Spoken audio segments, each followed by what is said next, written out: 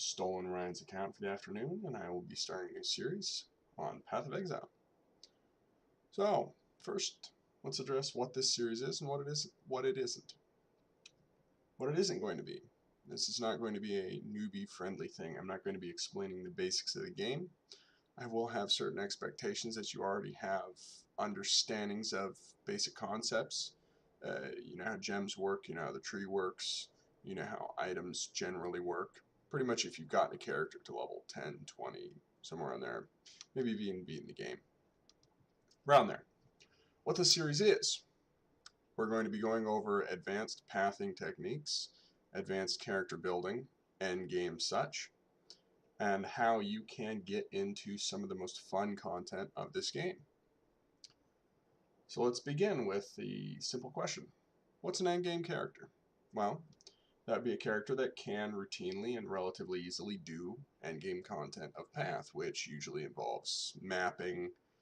In this new season, that's all the delves, fighting Elder and Shaper, things like that. So I'm just going to start this first video off here by running through a couple of endgame characters that I have.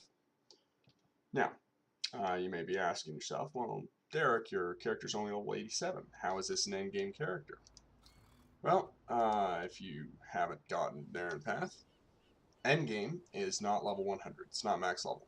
Max level in this game is an achievement at best. You do not make max level on the vast majority of your characters because it goes from a reasonable amount of XP to get from level 80 to 90 to egregious amounts of grinding to get from 90 to 100. And at that point, any amounts of deaths set your XP back so far that you can lose hours of progress from a single death. So usually your character isn't going to get that high. As you can see here, I'm 87. I'm a little over a third of the way to 88, but as you can tell, it is requiring hundreds of thousands of XP already, and that gets multiplied ridiculously past 90. So, what constitutes an endgame character? Well, an endgame character is a character that can, say, go over here to this here map device, check out your atlas, and can complete these high-tier 14, 15, all these difficult maps without dying horribly. So I'm going to, before I really dig into this thing here, I'm just going to give you an idea of what an endgame character looks like in action. So we'll just pull we'll try a tier 11 here. Defiled Cathedral, that one looks like fun.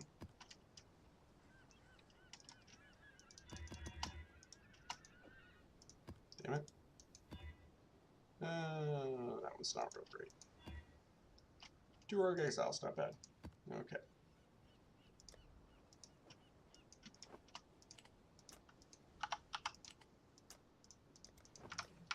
Alright, let's dive on in.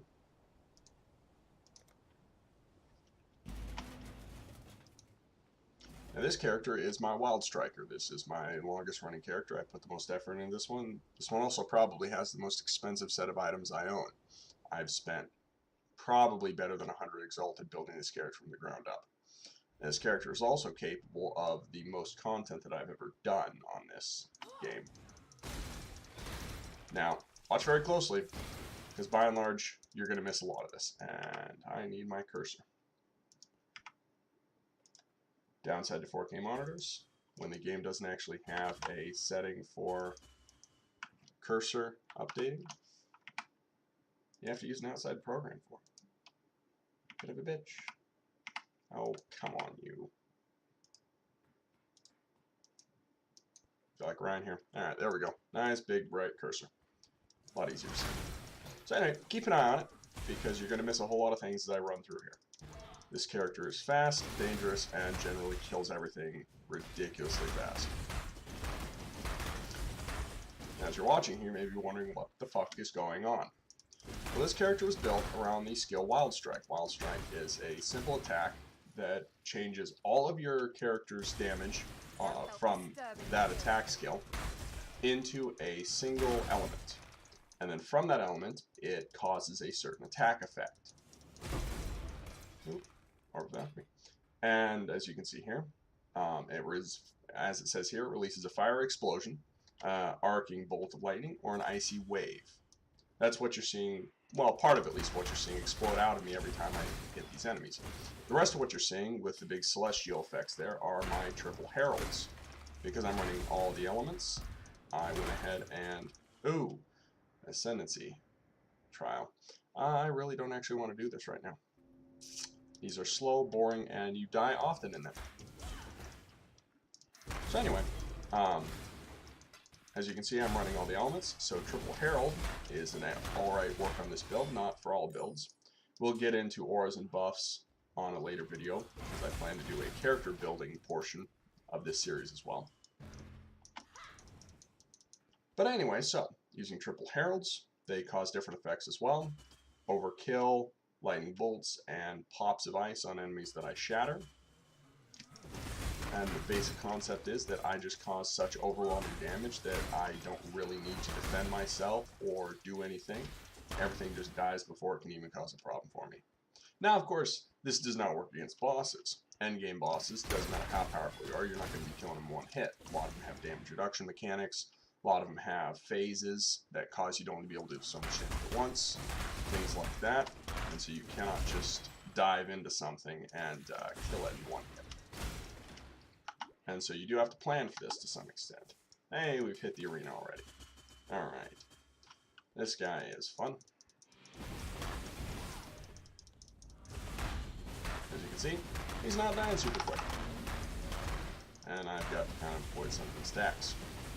Because I only have about 4,000 life, which for an endgame character is actually kind of low. But there's a reason for this. There's a way I have this character built. So, you may be wondering, how was I not taking any damage there? Every third hit, every fourth hit, something like that. Well, this is where my Wild Strikers build really comes into shine here. There are three main defenses in this game, no doubt, you know this. Armor, evasion, energy shield. Now, I have a lot of evasion built. 20,000 or so, which lands a 56% chance to evade attacks. Great.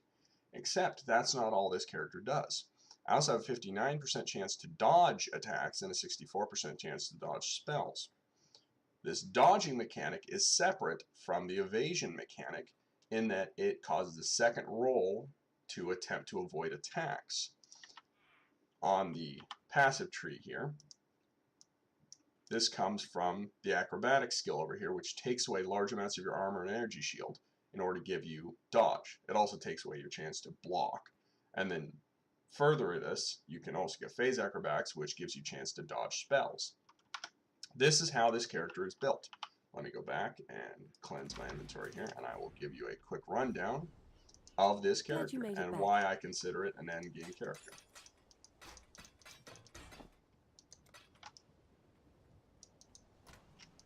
Oh, MTXs. They are obnoxious, bright, colorful, and so much fun. Let's run over here where it's a little less. Alright, so this character, like I said, is based around evasion, wild striking, and dodge. Now, how I've done this is I have built a set of items here that is keyed to this. Now, to get to advanced characters in Path, you kind of have to focus a whole lot more than you do earlier in the game. You can't just throw on whatever gear is good, whatever gear you want. You have to actually build towards a goal. Now, I've built towards dodging everything ever. Now, this is, of course, not a 100% chance. 56% chance to evade, 59% chance to dodge. Those don't get added together. They get rolled separately. But I have a better chance to dodge stuff than I have to be hit by stuff.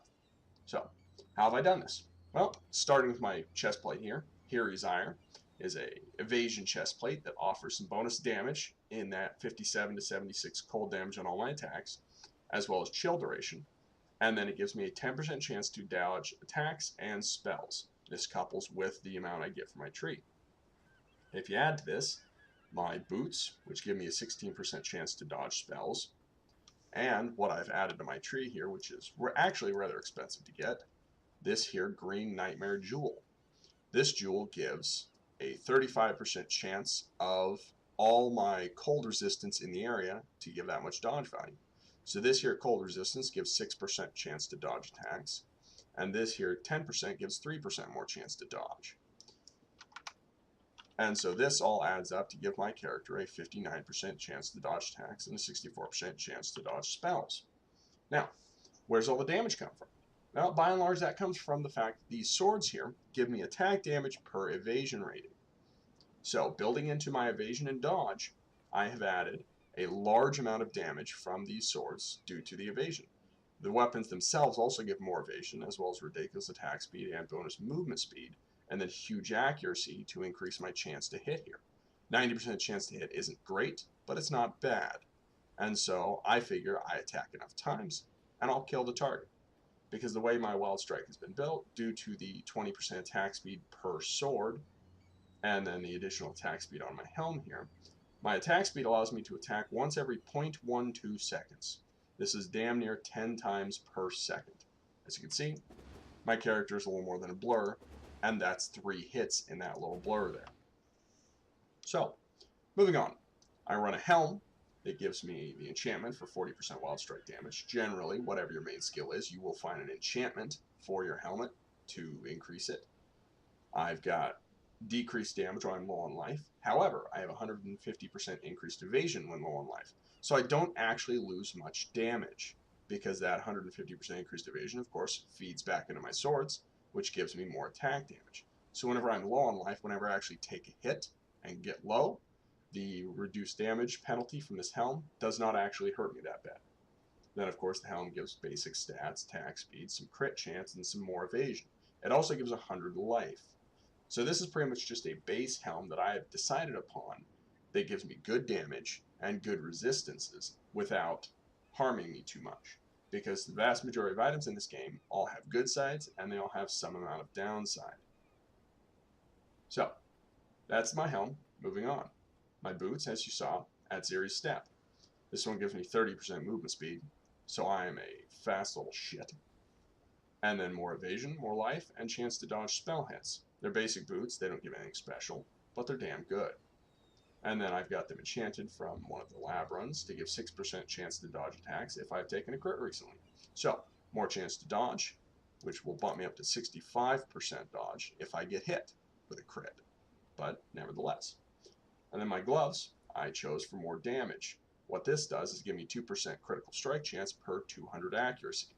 As you can see per weapon, they both give at least about 600 to 700 accuracy. On top of that, you have a large amount of base accuracy on your character. So, these gloves also, as you can see, give max life. Downside is they give negative 14% chaos resistance. So my chaos resistance here is abysmal, negative 40%. So pretty much I just want to avoid all chaos damage at all costs. But what the gloves do give is a curse enemies with Assassin's Mark on hit. Assassin's Mark is when you kill the target, you get a power charge. So this allows me to generate power charges. Now this character, as you could see when I was running around earlier, had full charges at pretty much all times. That's because this gives me chance to get Frenzy Charge on kill, and then another jewel that I also have in the tree down here, the Red Dream, gives me a chance to get Endurance Charge on kill. Now, a lot of your characters will not build charges, or they may only build one type of charge. But if you can do it, it is generally worthwhile to build charges, because like this character gets physical damage reduction per charge for endurance, and then attack speed and cast speed per frenzy charge, and then crit damage and crit, well, actually just crit damage per power charge. And so by killing enemies, building up charges before I run into the boss room, I get a massive buff to my damage and survival on the initial go. So moving on, my belt is just a rare belt. Generally, you end up running more rare items than you think. The only reason I have so many uniques is that it's pretty uncommon to find rare items that have dodge chance on them.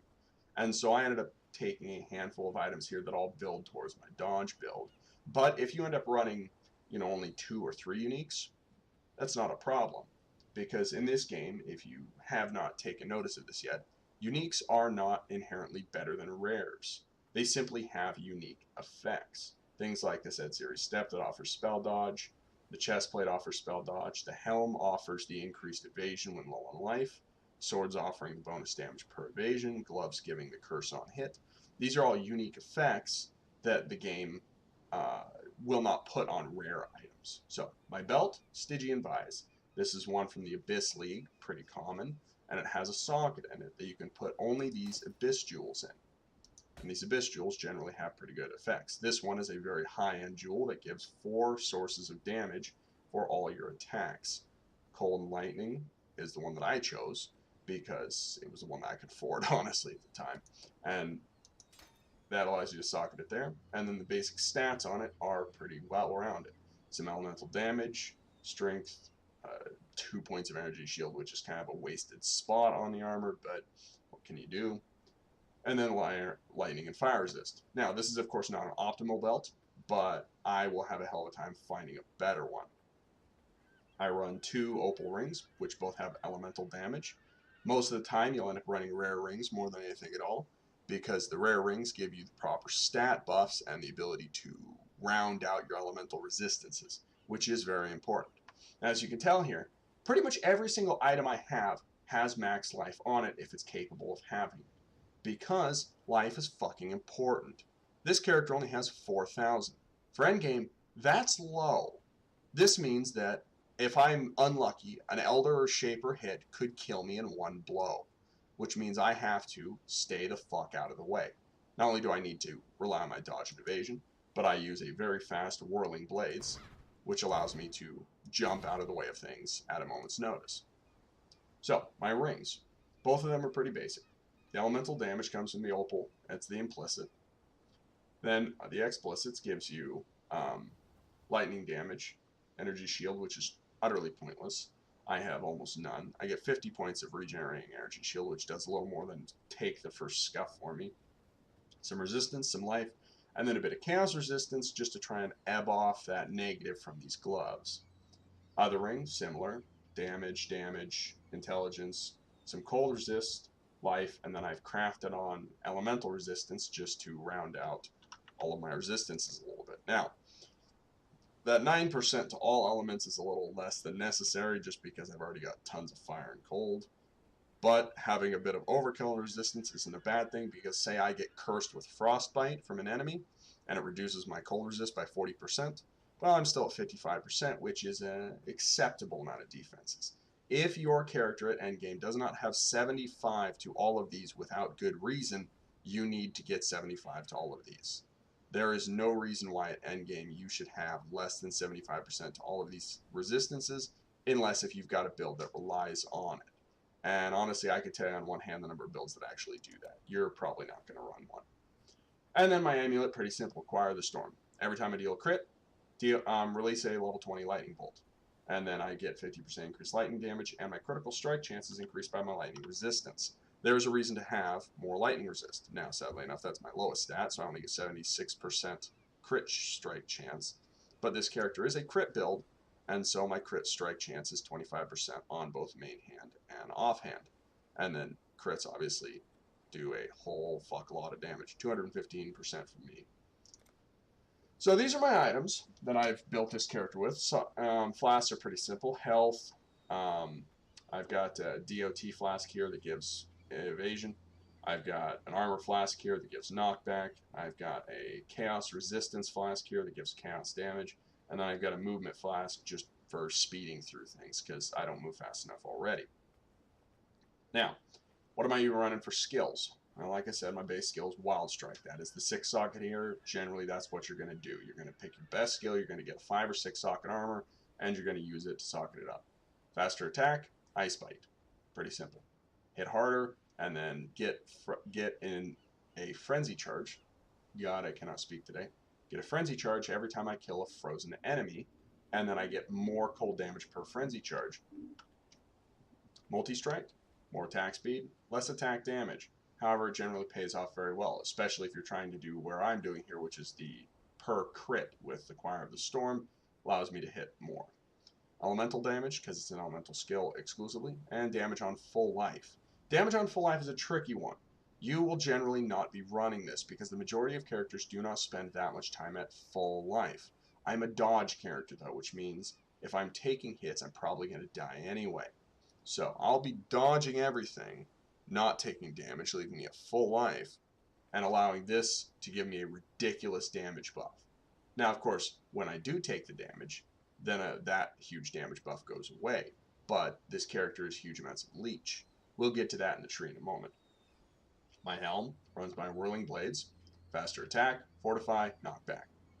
Pretty simple. I knock enemies the fuck out of the way. I give myself a fortify buff, which is pretty useful. If I'm dodging a boss's attack, chances are I could use the fortify buff to reduce damage I'm going to take. And so when I'm dodging, constantly fortifying on that is useful. Now my boots here run my triple herald with a level 4 enlightenment. How do I run triple herald when they generally are 25% each? And as you can see here, I've got triple herald and purity of elements. Now that would be my choice of ascendancies. My ascendancies on this character were elementalist, so that my damage penetrates 10% of elemental resistance, and I cannot take reflected elemental damage. Reflect enemies will kill your ass if you're not careful. When you deal the kind of damage I deal, one reflected blow can just waste my character. So getting rid of reflects was very important. 40% increased in effective heralds, and then the one additional golem. Great. Not super important. My other ascendancy, Slayer. Slayer makes it so I can't take reflected physical damage, as well as giving me 20% increased damage while I'm leeching, permanent culling strike, and some area of effect increase if I've killed recently. Most importantly, it gives me life leeches not removed at full life. This means when I'm running around, I can build up a huge ass pool of life leech and live off of that whenever I take a bad blow. We'll come back to this in a second here. Gloves, I run a cast on damage taken here with increased duration. I've got an immortal call, pretty simple. This is very standard. This is a very common high-end game build. Sometimes even people start running mid-game. What it does is you just run a cast on damage taken level 1 and you never level it up. This allows it to trigger at the minimum possible damage, because every time you level up cast on damage taken, it requires more damage to trigger, but it allows it to trigger a higher level gem. Immortal Call is pointless to level up. Its duration will always be 0.4 seconds, unless if you're running endurance charges. If you're running a full endurance charge build and you have, say, 8 endurance charges, you're probably going to want to trigger Immortal Call by hand, so you're not going to want to auto-cast it. So in which case you would level it up. Mine is level 3 here because that brings it up to the cast when damage taken's limit of level 38. I do get endurance charges, so I will consume the 3 endurance charges to go ahead and give myself 2 seconds of Immortal Call as opposed to 0.4. I also trigger a phase run. Phase run is ridiculous movement speed, bonus physical damage on the first blow. People are trying to buy stuff, they can eat me at the moment. And then, of course, increased skill duration per frenzy charge when you activate it. Now, this means that when I trigger my phase run, I consume upwards of 6 frenzy charges, and this gives me a ridiculous amount of time with phase run. Now, that's really useful when you're against bosses because it keeps you the fuck out of the way. These are generally pretty well-rounded abilities that people like to run. Other things you can run on cast on damage taken that's popular. A lot of people like running. Damn it, my head is not with it today. Blood Rage. You trigger Blood Rage on this. Blood Rage is another one that leveling it up doesn't really do much, and so you can run it on a low level cast on damage taken. Oh, bugger off, dude.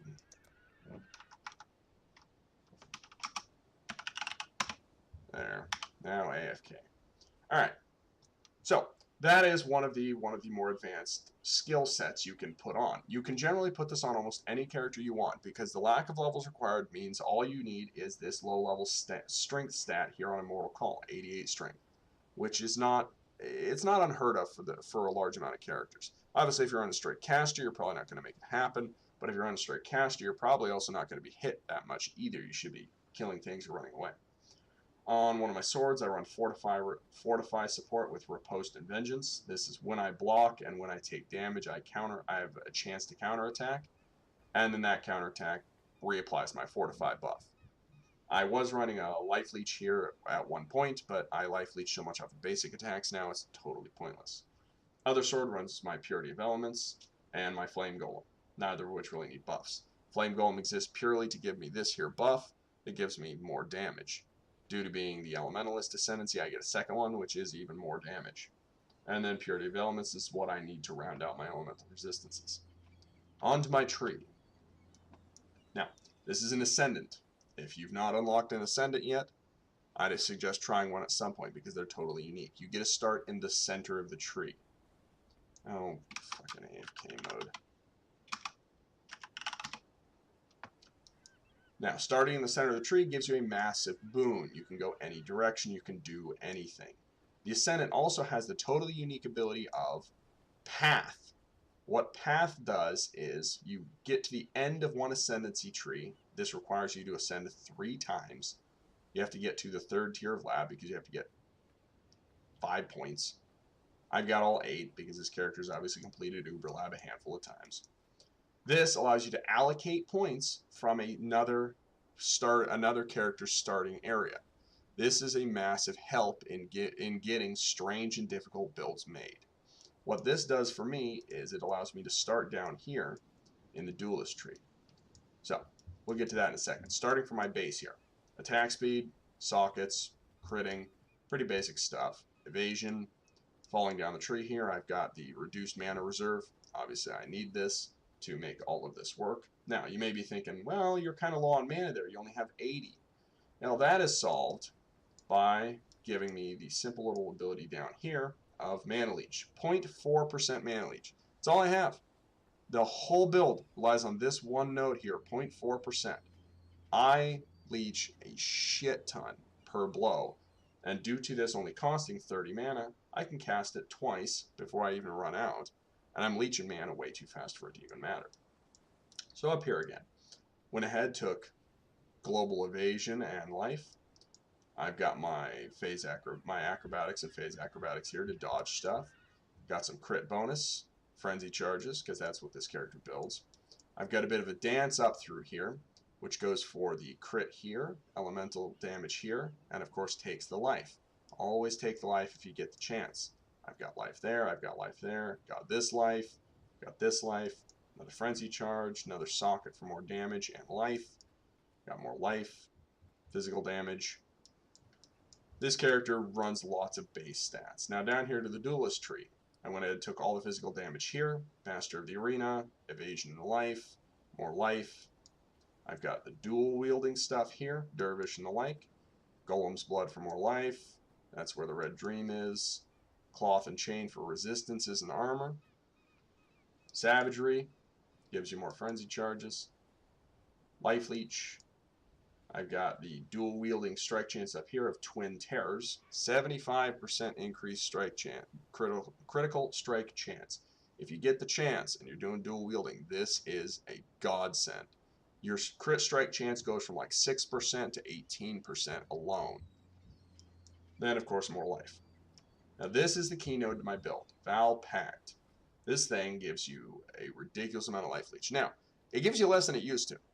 But Val Pact used to give you your life leech happened instantly, which means any life you'd leech would instantly add to your life pool. It doesn't anymore. Now it leeches over time, which means you just kind of tick it up. But what this does now is it allows you to life leech per second at double the rate. And then of course your total life leech is doubled, which couples with my ascendancy, it allows me to build a huge life leech pool. However, this turns off life regen. So I don't use any life regeneration. I don't try to regenerate life over time because it's pointless for me. So as you can see, this character, I've tried to build as much life and evasion as I can. Plenty of damage. I've got frenzy charges. I've got critting. And this character is level 87. This means I'm not going to get very many more skill points. As an endgame character, you should have the majority of your build done by 75. If I were to take away 8 points from this build, I'd take away a couple points of health, a couple points of evasion and damage here, things like that. A little bit of resistances would go away, but the build would by and large be done. Also, I've got this little note here where I went down, got resistances, and then got this here plus 20 life. It's pretty nice. Nevertheless, if your build isn't done by 75, you're probably having a bad day of it, because honestly, you don't want to have to be grinding levels to get those last 2 or 3 points at 80. It's a giant pain in the ass. Any points I get from here on out are just bonus points. I'll probably end up putting them into life around here. Maybe I'll put a couple of points in some resistances or something, some more evasion. The character has more than enough damage, so I don't have to worry about that. But I'll grab some evasion rating in life probably. Maybe I'll grab some evasion ring and elemental resist, and then a little more elemental resist might allow me to change up my items a bit.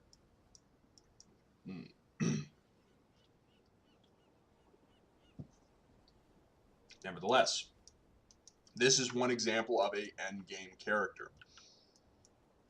So, what else can you do with endgame characters? Obviously, not every character is going to be squishy shit like this. Well, let me show you. Previous league, Incursion, I built whom I called Elmer Fudd. Why? Because he's out to twap that rascally wabbit. And I know my impression is terrible, and I feel bad. What this character does is it uses a mechanic in this game called trapping. This allows you to connect any spell to a trap support gem and then throw it as a drop trap.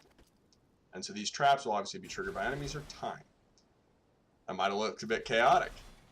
That is a Bladefall trap. It's a pretty common choice. Bladefall is a spell that causes, as you saw there, a huge spew of swords to fall from the sky and deal damage. So let's start with our items here. This character is based around traps. So I've got the Tinker Skin. Tinker Skin's base armor that gives you frenzy charges and phasing whenever your traps are triggered. It also gives you life and energy regen per trap. As you can tell, this character already has more life than my other character, as well as more energy shield, despite being a lower level. This character runs about 4,500 at the moment, but endgame I should have better than 5,000.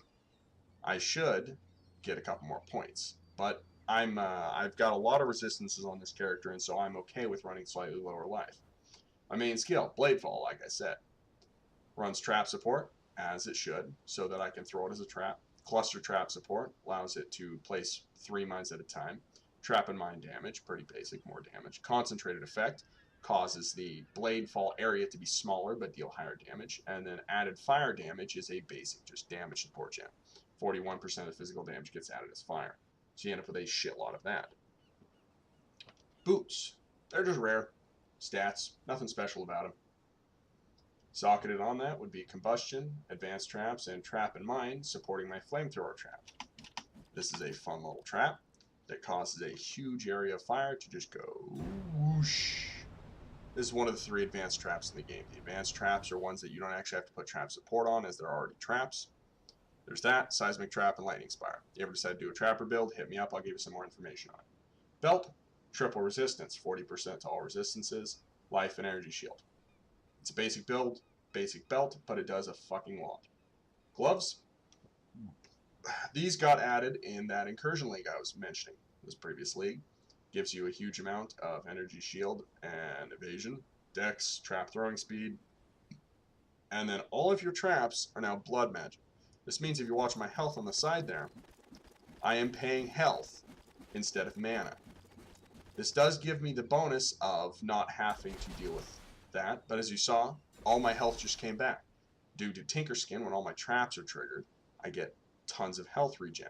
Now, of course, these traps only cost 68, whereas the Tinker Skin restores 100, so I'm netting a positive health every single time a trap is triggered.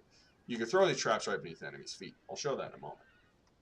So, also, I don't think my character has his body armor on. Nope. There we go. Now he looks proper. Cosmetics are fun. So, on top of that, I also have a chance to gain Endurance, Frenzy, or Power Charges whenever my traps are triggered. This allows this character to build up triple charges, but I don't focus on charges for this character just because they're not really necessary. You know, they give me some cast speed, they give me some critting, but for the most part, I just don't use them. So, on my gloves here, same thing I've got on my other character. Cast when damage taken, increased duration, Immortal Call, Phase Run. It works on this character, worked on the other character. I just do the same thing. This is where most of my charges get consumed. I don't really use the charges for stats, but having them to throw out on Immortal Call and Phase Run is pretty nice. Rings, Ming's Heart. That's just straight chaos resistance, and then 20% of my Bladefall gets added as bonus chaos damage. Other one, basic rare ring. Just gives me more chaos resist, life, mana, resistances, and stats. Necklace, also rare. Tons of stats, life, energy shield, resistance. This is you're going to see this as a common thing. Rares are incredibly powerful because you can pick exactly what stats you need on them. This is a thing that a lot of people don't seem to get by end game of Path. They keep trying to dig up that perfect unique to fill out their build or to run as a weapon. Uniques are not always better. This character doesn't run a unique weapon, it runs a wand. Why? Because the wand gives 95% trap damage on top of some crit chance, crit damage, and for some reason projectile speed. But honestly, when you got 95% trap damage on it, fuck it. Socketed in this one, advanced trap support, empower, and a siphoning trap. Siphoning trap, as you can see here, gives me mana and life regen for each enemy affected, and it's just a basic trap that I don't even know if it'll do anything when it snaps on its own. Nope, you see the little trap stand up there. But it will tag all nearby enemies, chilling them, slowing them down, and then siphoning health and mana to me. This is just a little bit of extra resistance as well as a way to slow enemies down for a few seconds. My shield is a On's Heritage. This is where a lot of my build comes from. This build requires me to actually jank things up a bit and have no endurance charges. Because the shield gives Onslaught while you have maximum endurance charges. Onslaught, if you don't know, is a movement and attack speed buff. For me, I just use it so that I go faster when I'm going around. And then I get 3% to maximum resistances when I have no endurance charges. Now, this is something a lot of people don't often get into. Maximum endurance charges. Maximum resistances are usually 75%. But this character runs a rather unique thing where I get 82 to 83% to all resistances. This makes this character, oh, for fuck's sake. Oh, I'm actually going to take a bit of a second here and sell this because it's worth a lot. You want the Anima Stone.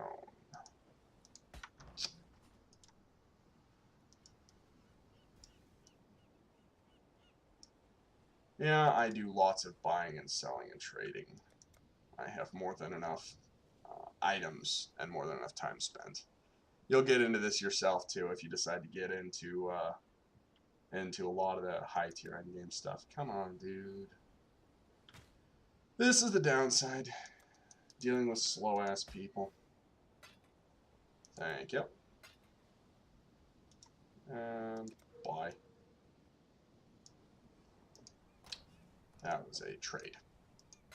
One exalted for me. Yay. Alright, so, as I was doing, explaining the shield here, maximum resistances. So this character gives 82% or 83% to all resistances. I got 83% from one of the nodes I took. Not super important. Point being is this may not sound like much, 75 to 82%. It's only 7% more resistances, but what it really does is get me down to a ridiculously small amount of elemental damage taken. It really pays off in the end. You'll really feel it when you're actually running something like this if you've got the skills for it, because what it comes from partially is I've got these 3 resistances here that the 3 purity skills. They give me 40% to resistance plus some additional maximum. These are on my helm here, by the way. Purity. Now, I do have a Purity of Ice. Oh, which one is it? Purity of Fire. This one, during Incursion, there was a... you can find this in the Incursion temples if you're lucky enough to get one outside of the League. They're not super rare, but you probably won't see them as much as I did in the League. There's a gem corruptor in the actual pyramid that you can throw gems in, and a level 20 gem can become level 21 as well as gain 3% additional quality. And so I made a level 21 Purity of Fire, which coupled with the +2 from the helm makes it a level 23. And at level 23, these things give 5% additional maximum resistances instead of 4%. But that's neither here nor there. We were talking about our shield here. Armor, life, -1 to maximum endurance charges. But, as you can see, I have a max of 0. Now, why do I have that? Wasn't I just talking about a mortal call, consuming my endurance charges and being all useful like that? Well, because of this shield, it says if I have no maximum endurance charges, I get 3% resistances. If I have maximum endurance charges, I get Onslaught. Well, interestingly enough, if your max is 0, you're always at max, but you're also always at none. Now, this is one of those mechanics that a lot of people don't tend to learn. You don't think about that. These items that say when they have no max or when you're at max, they give you different things. Set your max to 0 and suddenly you get both. How have I done this though? Well, oop, they want to bugger me with a full reset. Y'all can eat me, I'm not doing a reset. I've got these jewels right here in my tree. Fragility, -1 to max endurance charge. I got 2 of these in the tree, causing my max to be 0. And so because of this, I get to enjoy both the benefits from the shield. There are lots of items in the game that are like this that say if you have no max charges or if you're at max charges, they do something. Set your max to 0, suddenly you get really neat effects off of it. But that's neither here nor there. I have another cast when damage taken. This one's level 18. This one runs my stone golem. Because I really don't care to cast my stone golem by hand, I'm lazy as shit. And so it's just whenever I take, 3,000 damage, summon the stone golem and give me some life regen. It's just a socket filler. Sometimes you end up with more sockets than you need, so you just waste crap like this. Helm runs Enlightened support, and then the 3 purities, like I was just explaining. The helmet itself has +2 to socketed aura gems, 93% evasion, 21% cold resist, chance to avoid being chilled, can't be frozen, and then 8% reduced mana reservation. That reduced mana reservation is really all I ended up needing to get these purities down, because they're 35%, I believe, per. And so you just do a little bit to get them down, and because I've got blood magic, I can go ahead and consume all of my mana, and it doesn't matter. But as you can see, my helm does not actually have a good enchant on it. Rain of Arrows. The fuck is the point of Rain of Arrows? I don't use it. Nothing. I just haven't gotten around to enchanting this helm properly, and I don't feel like trading it out for one. This is why I run the labs more. I also need to get enchants on my boots and my gloves, because I don't do on hit either, so I need new enchants and all this stuff. Flasks, pretty basic. Similar flasks I ran it was last time. Health, chaos resistance, armor, and then this armor is not the knockback. This one is the armor flask for block chance, because I have a shield. And then overflowing chalice gives me consecrated ground with some life regen, and then the good old rot gut for movement speed. So let's move into our tree here on this character. As an assassin, or whatever it is, shadow, I believe, I start right here. Go for my trap and mine damage, go for the elemental and the saboteur stuff. That's more traps, resistances, power charges, and frenzy charges since I built both. Get some life there. Grab my fragility socket, and then go for the full trap circle here. Get the traps here. Life and energy shield here to move up here and get traps. Move this way, get more traps. Down here, I've got a trap damage and area damage jewel, as well as more life and energy shield. Moving to the bottom here, big shocker, more traps. Evasion, life and energy shield between these circles here. More traps, more evasion, and then go down here for the resistances as well as max life. I did not bother with the resistances here because by running these 3 purities here, my character is obviously already well more resistant than I need to be. I only took this one just because it's directly on the way to the Constitution node here, which is really nice to be able to have +20 life and 14% life on the same point. So as you can see though, this character was actually much easier to build than my Wild Striker, required a lot less points. At this point, I'm wasting points here and here just getting extra evasion and energy shield and life. Because there's nothing this character needs at this point. If you ever want to build a simple character, trappers are great. Let me run this one through a map so you can see what I can do here. I'll just go ahead and grab literally the highest tier map I have, because this trapper is way more survivable than any other character I've ever made. Because obviously I stay the fuck out of fights. I don't want them to have resistances. Nemesis mod is always good. We'll talk about advanced mapping at another time. So this is going to look chaotic as fuck on screen. More so even than my Wild Striker, but I'm confident you can keep up.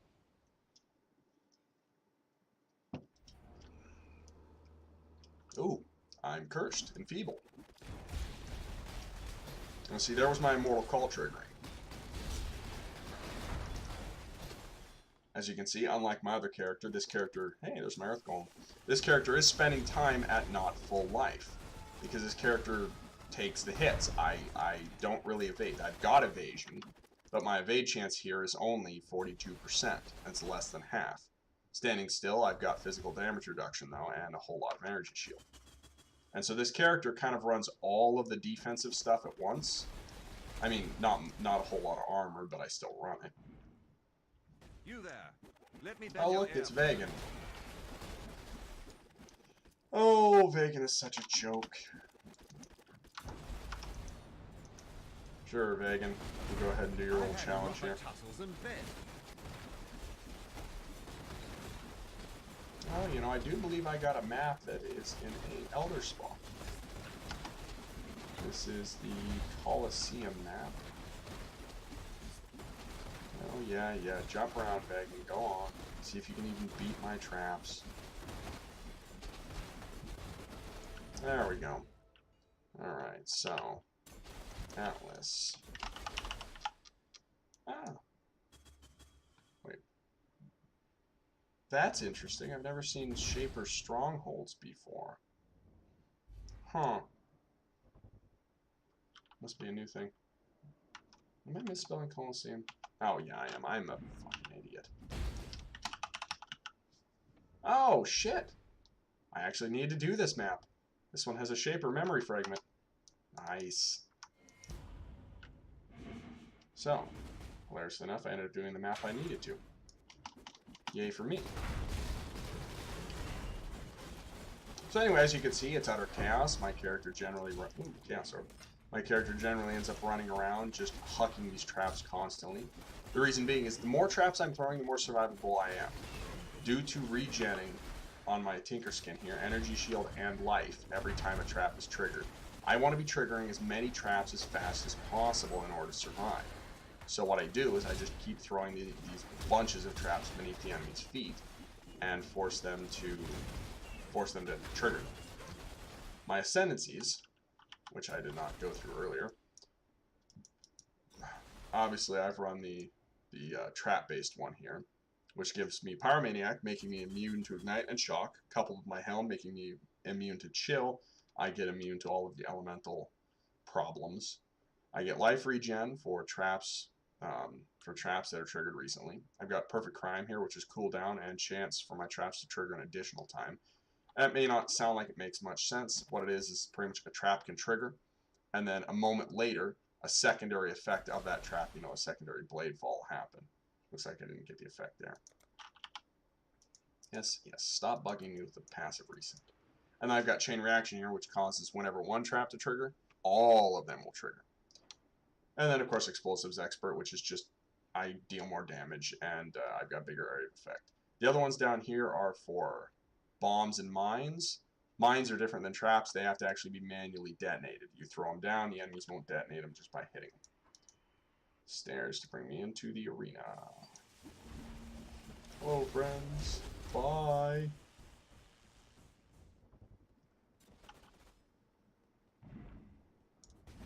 And of course, I have no doubt that a whole bunch of my friends are probably going to end up watching this, so this next point is kind of pointless. But if you ever want to play with me, hit me up. You know, just hit me up on Ryan's Discord or wherever you want to talk to me. I don't give a shit. And I'm more than happy to run through you with stuff. I've got the third character we're going to go through today is going to be a party character that I'm going to show you. And I'm more than happy to play that character with you and let you go to fucking town.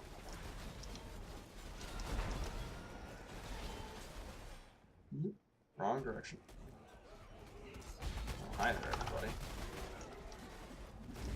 You're all going crazy today, aren't you?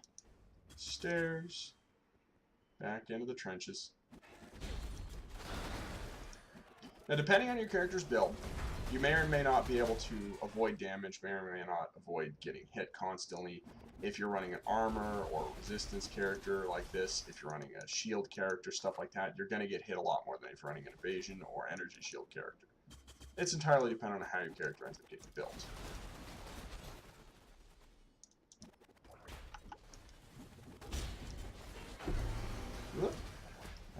Garbage unique, yay! Something I've learned is don't just vendor the uniques. Even if it's just throw them in your stash and hold on to them for a while. There's prophecies that tell you to sell uniques. There's sometimes buffs that happen to uniques that cause them to suddenly go up in price. You never know what new meta might happen, and suddenly a old garbage unique is now worth fistfuls. Holy crap! I actually leveled up. You know, when you're above level 80, that doesn't happen real often. Also, one of my trap gems leveled up. Hello there, big boy. Now, obviously, I like my golem to stand around and tank the hits. Oh, I'm dead. Good thing I just leveled up. Alright.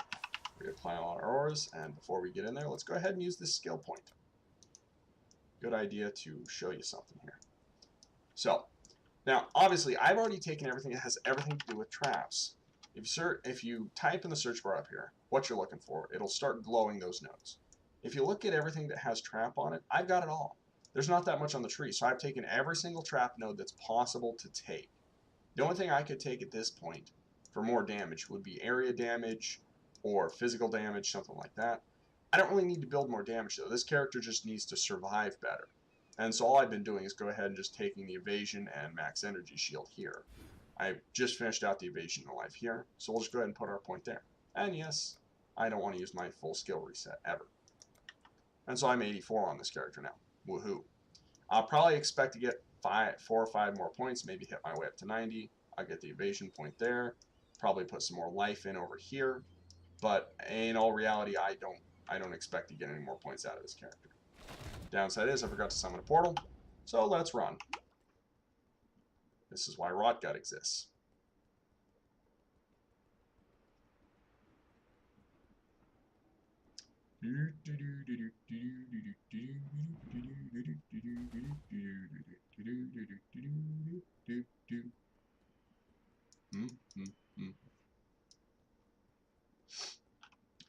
Usually, if you think you're going to have any trouble with a boss, or really just in general, you probably should all the time. But drop a portal right outside the boss room, just so that if shit should go wrong, like it did for me, you will not suddenly lose, 5 minutes of your streaming time letting people watch you run back.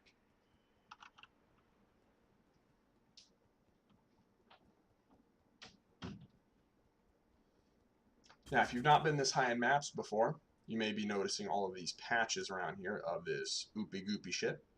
That is the Elder's Infection, or whatever you want to call it, the Elder's Influence. The Elder is the enemy of the Shaper. When you actually get to these endgame maps here, you'll go through a bit of a storyline that explains it. By and large, the Elder is just an asshole who wants to, have all of the power. And the Shaper is a guy who's trying to fight back against him. Spoilers here, if you even care about the story at all. The Shaper created Xana. Xana is the NPC you meet who helps you with mapping, and she's constantly trying to find the Shaper because she doesn't actually know this. That's why we're collecting memory fragments. And it turns out that, of course, they're fighting it up, and you have to help Shaper pretty much trap and kill the Elder. You'll see the Elder pop in here something when I get close to killing this guy. Damn, I'm taking some damage.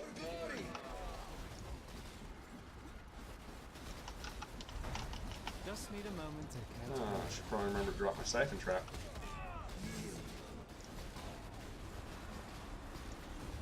Now, of course, this character is not killing this boss as fast as the Wild Striker did, but also this boss is a little bit higher level too. There we go. Memory Fragment 10. Take that back to Xana. Now, I've already done all of this before once, but in the process of new leagues, new seasons, new mappings, they reset the actual atlas on occasion. A hopeful memory, perhaps. I wonder what this invention of my father's could be. Oh yes, here's your reward. And I get a Shaper Orb. Shaper Orbs are neat. They let you go into the atlas here, pick a node that you want to play higher on, and you get to shape it. Now I've shaped this line here, 1, 2, 3, 4, 5, 6, 7, 8, and then my 9th, I believe I was going to do this one, temple map? I think I'm going to do a temple map. Because I'm just going to follow this line here, Cursed Crypt, and run all the way to the Forge of the Phoenix. Curiosity is followed by And ambition. when something is shaped, Ambition it increases is its level followed by by madness. 5. allowing you to fight higher maps with easier time. But again, we'll get into another level of mapping another time. Don't need that.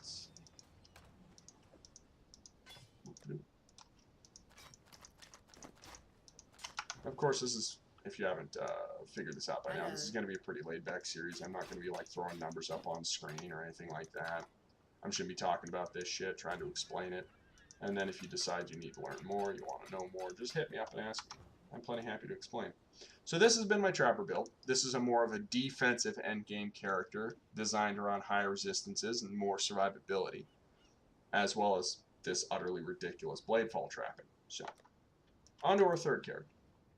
Our third example for the day is going to be my Elementalist. This is a support character. Now, you may be thinking, well, hold on, who am I supporting? You playing the game by yourself. Well, obviously this character is meant to only be played in a party. And you can see here I've got full mana reservation and some health reservation. Why is that? Well, because buffs. I have all 3 elemental buffs, Hatred, Anger, and Wrath. I have Grace and Discipline. All 5 of these buffs, if you can actually see them up here, some are hid behind my character's face, or behind my face, because, well, I'm the best buff on my character. Terrible joke. Alright, so I've got these 5 buffs that will affect allies, and then I also run 4 Heralds, which the Herald of Purity is a new one that got added with this league, and then 3 Elemental Heralds. And this character uses Power Siphon, pretty much just a basic attack. This character is not intended to play on their own. They have low health, especially with the reserved life. I don't even have a full 4,000, and I have pretty bad evasion and armor. Also, my resistances are nothing great. I got 79% to all because of my body armor. But anyway, the point of this character is to follow along with other characters. Pick a couple other characters like this character, get along great with my Wild Striker, could follow my Trapper around. Any of my other friends, any of you guys that want to play with me, or me and Ryan, this character is generally one that I like to run in a party because pretty much all I do is I drop an Orb of Storms, and then I basic attack, and I throw out lightning spells constantly with my basic attacking. I don't do great damage, I don't have fantastic survivability, but when I'm around, my allies become absolute fucking rape trains. Because when you can have this many buffs and it doesn't cost them any mana, it's amazing. So we'll start off with items here. Base of the build, Lore Weave. This is a new chest plate that you get by selling, get this, 50 fucking unique rings to a shop. You have to go over to a shop here, and you have to fill this entire thing with unique rings. And when you do that, you get this set of armor here, a 6-socket Lore Weave. Now, it's not 6-link, it's just always 6-socket. But Lore Weave is a do-it-all armor. It gives you everything. It gives you sockets, damage, attributes, crit, energy shield, life, mana. It's armor and energy shield. It gives item rarity. It gives elemental damage. And it sets your max resistances to, by the way, if you didn't know this, hold Alt. It'll show you the possible numbers. It sets your max resistance from 76 to 80. Mine rolled at a 79%. Pretty freaking good. And so you can see where your rolls are. My rolls were all pretty much middle of the road. Nothing really capped, but also nothing bad. And so I just run that on this character because it's good survivability. My body armor runs all of my heralds. So I've got Herald of Ice, Herald of Thunder, Herald of Ash, Herald of Purity, and then an Enlighten and an Empowered. This will allow me to have, and this is at level 4 Empower, this will let me have level 23 Heralds when I finish leveling them all up. And so that'll give this character the damage they need to kind of keep up. Alright, moving on to my weapon. Poet's Pen. This is my basic attack. This is a wand. You ever want to have a fun build? Poet's Pen builds, there's a million things you can do with them, and they're fucking amazing. And the reason being is Poet's Pen is a very low-level item. When I don't have jewels, when I actually don't have any jewels in this thing, you can see, it requires level 24. Now, that is a very low item level to be using at this point, except this one scales with you. This one has right there in front of you 3 to 5 physical damage to attacks per 3 player levels. That means right now, as level 82, if I can do math, I get 27 counts of that, so I get like 75 to 125 physical damage per basic attack, which, as you can see, bumps my power siphon quite nicely. And then, of course, this also has +1 socketed level per 25 player levels. So all my socketed active gems in this get 3 levels, because 75. And then whenever I attack with this wand, it triggers a socketed spell, which for me is Ball Lightning, Arc, and Ice Bite support. Now you may be thinking, well, why do Ice support on spells like this? Well, because I like to build Frenzy Charges on this character to keep movement speed up. And so I'll just go ahead and drop this Orb of Storms, and then I'll just attack and constantly throw out lightning spells. My shield is actually very necessary to this build. That's where this blood magic here comes from. Is Prism Guardian. Socketed Aura Gems have +2. That's my Grace and my Discipline. So both of those are also capable of being level 22. And then Socketed Gems have Blood Magic and 25% reduced mana reservation, as well as the shield gives me 37% to all resistances. A lot of defense. The idea being, though, is that this allows me to socket Grace and Discipline within the Light and support, and get those 2 auras here for, what do I have them at right now? 8% for the Discipline, 12% for the Grace. That allows me 20% life reservation, gives me those 2 auras that are very good and very defensive.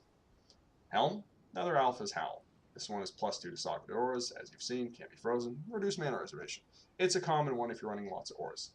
My Helm runs Anger, Hatred, and Wrath, as well as a level 4 in Lightning. You may be noticing the amount of these level 4 gems I have. I've spent a lot of time and I have a lot of money in this game. These are not cheap gems. If you actually go to look up the price of them, they are usually multitudes of Exalted, and they are very much worth it. You know, there's actually a level 5 in Lightning. It's worth like 100 fucking Exalted. You can only get it from one very rare series of divination cards. I would love to have one for this build. It would open up another aura. I could actually put one more aura on this character if I could get one. But anyway, nevertheless, so I have possible level 22 of all of these auras. They're of course only level 6 because this character hasn't played that much, but there you go. Boots, Skyforth. They give you more reduced mana reservation. I think this character overall gets like a 34% reduced mana reservation on all the gems, plus the 25% on the ones that are here, allowing me to put in this many auras. These boots also give a huge pile of mana, which doesn't matter, and then movement speed, power charge on crits, which also really doesn't matter, but it takes away my life regen. That kind of sucks. I gotta run a flask, I gotta make sure I keep up on my life, but again, it's a support character, so I make some sacrifices for the greater good, essentially. I'm the one following the people around. Gloves, they're Elder Gloves, as you can see by the little animation in the background of the tentacles. I get level 18 poison, level 18 faster projectiles on the socketed gems. So this is actually going to be a 6 socket power siphon due to the gloves giving me free faster projectiles, free poison. Now, those aren't the greatest ones in the world, but they'll keep up my damage and allow me to run this Mana Leech, faster attack, and Innervate, so I can do more lightning damage. And then Power Siphon itself is a basic attack that gives you power charges upon hitting rares, uniques, and killing things. And then more crit damage per power charge. Belt, pretty basic. Elemental resistance, crit strike. It works. You need good stats, so I need to have 200 strength, 200 int. This character is actually a very high stat character due to the selection of gear I have, so that I get the resistances and crit from the belt. One ring, it's a rare ring. Triple resistance, 40% all, plus bonus damage, life, mana, cast resist. Other ring, crit strike, handful of stats, elemental damage. This one's a lot more offensive ring. Amulet, Karui charge, projectile speed, projectile damage, movement speed. That pretty much just gives a massive buff to my power siphon's damage. There's better things I could run, but you know, I quite enjoy at least having some damage. Flasks, you've seen 3 of these before. The 4th one is the Vessel of Vinctar, which gives bonus massive buffing to lightning damage. My chosen spells are lightning. So, how did I do this? How did I get this many buffs on this character to actually work? Well, first of all, I'm an Elementalist, which gives me the reduced mana reservation of Heralds by 25%. That is actually kind of important. This allows me to run all 4 of these Heralds at 7% reservation per instead of 25. Bit of a reduction there. And then this tree is massively spread out. I'm all over the place. The reason being is I have to get all of the reduced mana reservation I can. There's some here. There's some over here. There's some nodes here. And then there was nodes here. And so, of course, I had to hit all those corners. I grabbed wand damage. I grabbed energy shield, life, energy shield and life. I grabbed energy shield, life, and resistances, and then evasion, resistances, and life. So this character's damage sucks. Big time. I'll try and take it through a map here just to give you an idea, but I'm gonna key to like a level 8 or something because this character's not sorry. This character's not gonna be able to do much. So I'll tell you what, we'll take a shaped iceberg and see what we can do with it. Because the buffs do pay off, they do work to keep me alive and keep me moving. But this character, Jesus, these are all bad. Yeah, we'll go ahead and take that one. But this character is not meant to be doing stuff alone. So this is going to be my first real attempt at really doing anything. I've not really tried to run this character on her own yet. But hey, let's have some fun. Hello, iceberg. Yeah, it's actually not bad. Lightning spells pay off well. You're going to see lots of gem levels here, because like I said, I haven't done much. This is actually working better than expected, to tell you the truth. I wonder if the lightning spells are actually paying off that much. Not going to argue. This character doesn't have any movement flasks, mainly because I'm not meant to be in the front of the group, so I don't really want to have...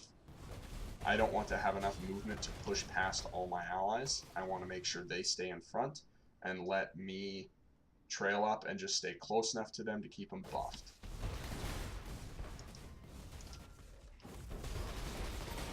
As you can see, the stuff is living. It's not great. It's not supposed to live, but you know what? That's what happens when you make the trade-off to run this many auras. There we go. Level everything up some more. Oh, vault map. We like vault maps.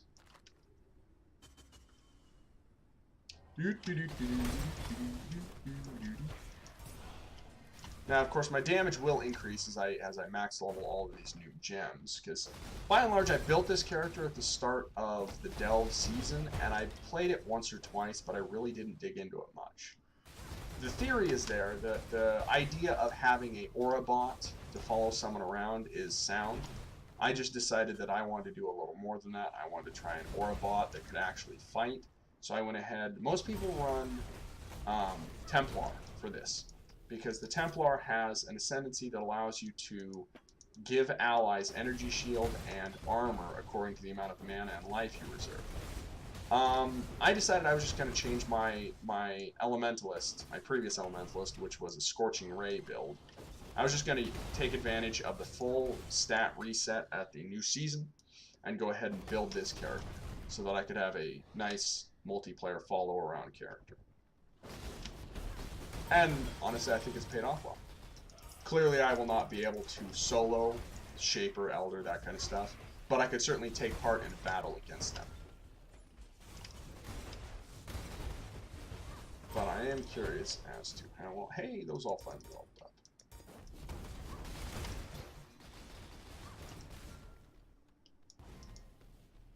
I'm going to move something for you to see here. There we go. Buff bar is a little ridiculous on this character. I can make it cross the entire screen there with full flasks. And it's silly, but it's fun. Whoops, whoops, whoops. I think I may have found the boss. Boss is.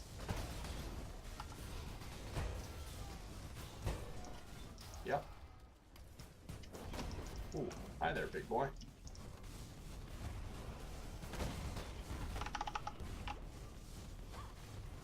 This guy is not going to die quickly, apparently.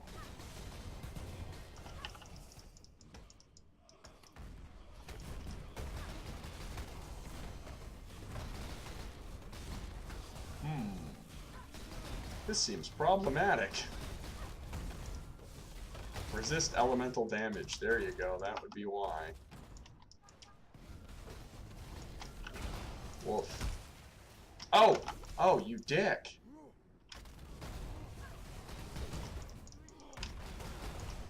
Wow, that's really annoying to be on the receiving end of that wall. I'm going to drop a portal there just in case. Because I'm getting... Ooh, well, my auras got deactivated. I'm getting the feeling that shit is going to go badly very quickly for me. Ha! Trapped yourself in there, you idiot. Except he's going to leap slam out of there if he gets the chance. Oh wow, not very smart, I guess. Oh, nope. Yep, see, I'm only on a... Oh, this is the downside to this character dying. I have to sit here and reactivate all of my auras.